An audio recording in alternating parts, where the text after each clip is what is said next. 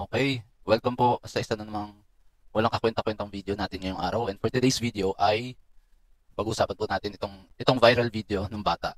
Okay, na na-topic din ni Attorney Libayan. Okay, ito bali maikling video lang to na in-upload sa internet ng isang tatay. Okay, pero naging viral pang ilang seconds lang to. 10 seconds, wala pa nga. Mamaya pag-usapan natin. Ako bilang magulang, okay, magbibigay ako ng opinion ko tungkol dito. So, pakinggan muna natin si Attorney Libayan tungkol dito pakita muna natin yung video na nag-viral dito sa TikTok. Okay, tuloy natin. Ice cream. Uy, hindi na makita anak ka. Gusto mo rin? Pabili ka sa mama mo. Ayun, yun yung viral na video sa TikTok.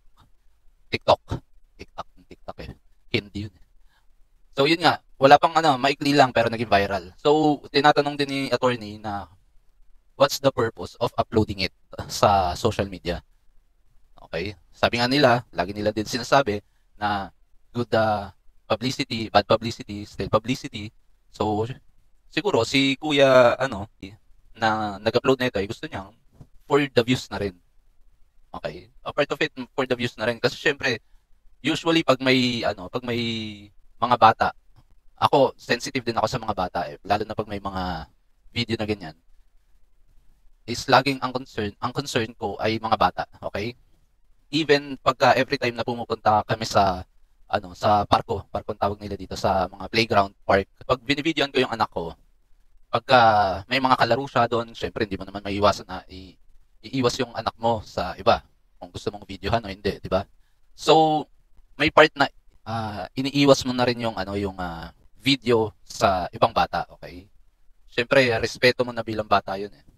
Siguro yun, yung tatay nga na yun, syempre, binibigyan niya lang ng ice cream yung yung anak niya. And naintindihan ko naman yung sa part nung tatay na ayaw niyang bigyan yung siguro ewan ko lang kung yung tama rin yung yung pag hindi ng tatay, okay? Pero sa akin, ako siguro tatlo na anak ko, nangyari na rin sa akin yan na may binibigay ako mga candy nasa playground yung anak ko, bibigyan kong candy o kaya may merienda, nagme-merienda kami dun sa park, tapos bibigyan ko, tapos may lalapit. Pero hindi ko siya bibigyan dahil sa ayaw ko, okay? Dahil may mga bata na sensitive sa pagkain, okay? So, pagka hindi mo alam kung baka mamaya allergic siya dun sa pagkain na kinakain ng anak mo, okay? Katulad na lang yung panganay ko, ngayon 16 years old yung panganay ko. Nang baliit siya, allergic siya sa rice, okay, sa kanin. Tayo pa, sobrang nga eh, kakaiba kasi tayo Pilipino, araw-araw tayo kumakain ng kanin, tapos siya, allergic siya sa rice, riso ang tawag sa Italian, sa kanin, okay? And, hindi lang sa kanin, sa itlog at saka sa gatas, okay, yung gatas na normal na gatas, kaya ang iniinom niya ng bata siya, ay gatas ng soy, ng anong tawag ng soy? Bali dito sa Italian, soya, latte di soya, okay? Sa Philippine, nakalagay dito sa translation sa Tagalog ng soy ay toyo. Ang toyo, alam ko yung siguro nga toyo, pero soy, yung SOY, okay? Yung gatas na galing sa soy.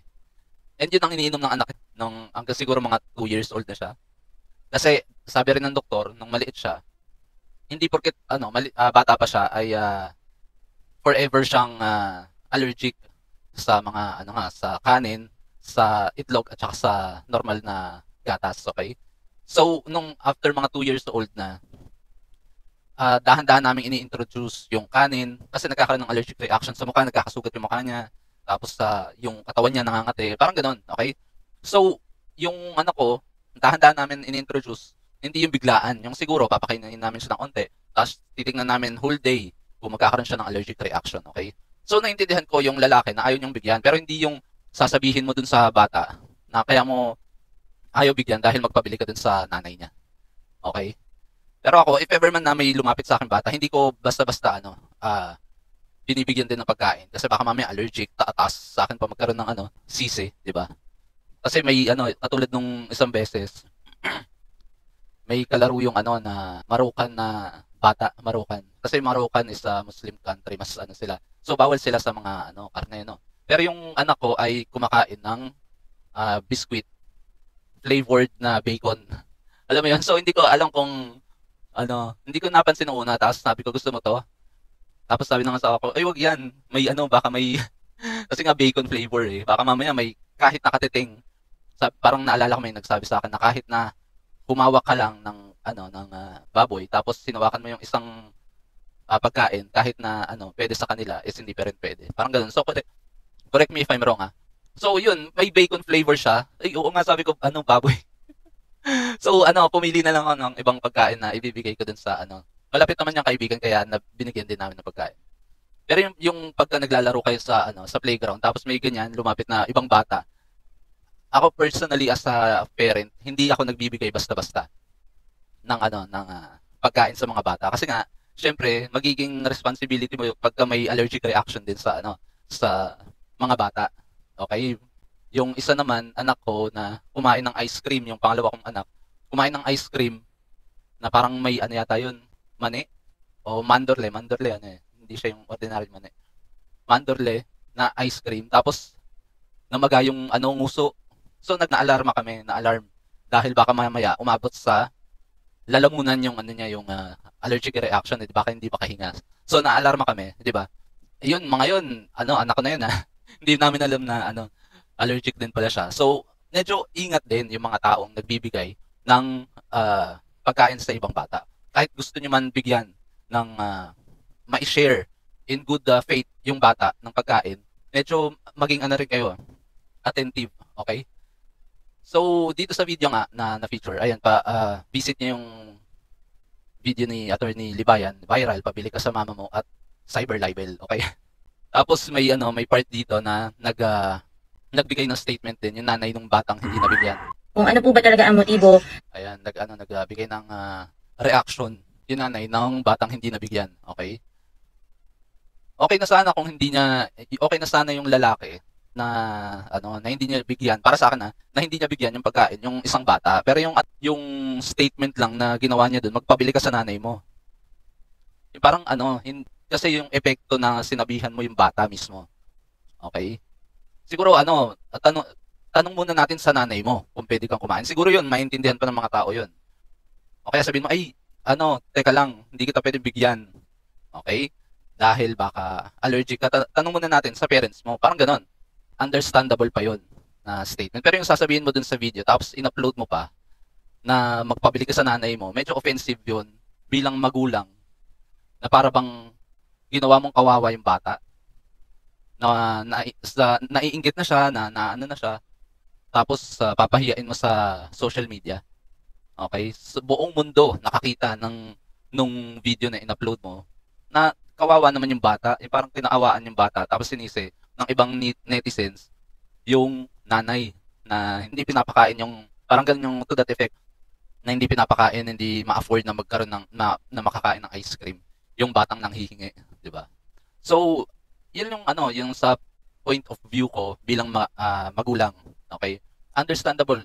Ako naintindihan ko na wag mong bigyan basta-basta yung bata, yung ibang bata, okay? Dahil kung mangyari man yun sa anak ko, katulad ng sa panganay ko nga, na binigyan siya, kung bibigyan siya ng ibang tao, tapos allergic siya, eh, sino ba sisisihin ko? A part of us, kami, bilang magulang, dahil hindi namin nabantayan yung anak namin. And at the same time, yung nagbigay ng pagkain, kasi sisisihin din namin yung nagbigay ng pagkain sa anak namin, kasi nga, hindi alam na nagbigay na allergic, tapos bibigyan mo.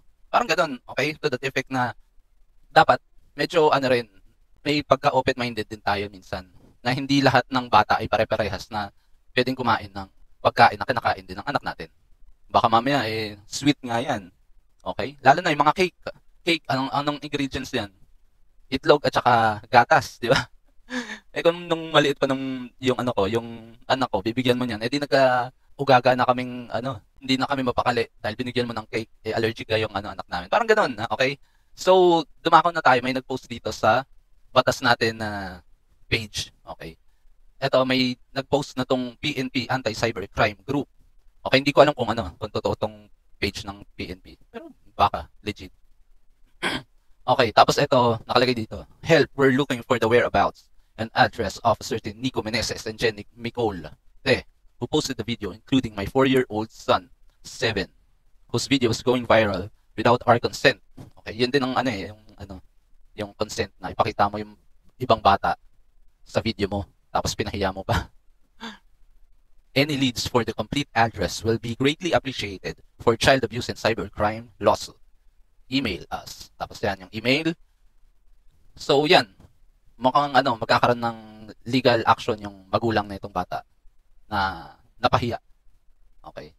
Na I think tama lang na hindi naman kumbaga yung concern mo doon sa bata dahil ayaw mo siyang bigyan is iba. Hindi na yung concern, pinahiya mo yung bata. Parang ganoon. Okay? So, yun lang yung point of view ko dito sa issue na to. Para sa akin huwag kayong basta-basta magbigay ng pagkain sa ibang bata. Dahil kami, personally, sa experience namin bilang magulang, may mga pagkain talaga na bawal pa sa bata. Hindi pa siya, ngayon kumakain na rin naman yung anak kong, yung panganay ko, ng normal na pagkain, pwede nang kumain ng after mga 3-4 years old kumakain na siya. Dahil nga na-introduce namin sa kanya, dahan-dahan, yung itlog, gatas na normal na gatas at saka kanin.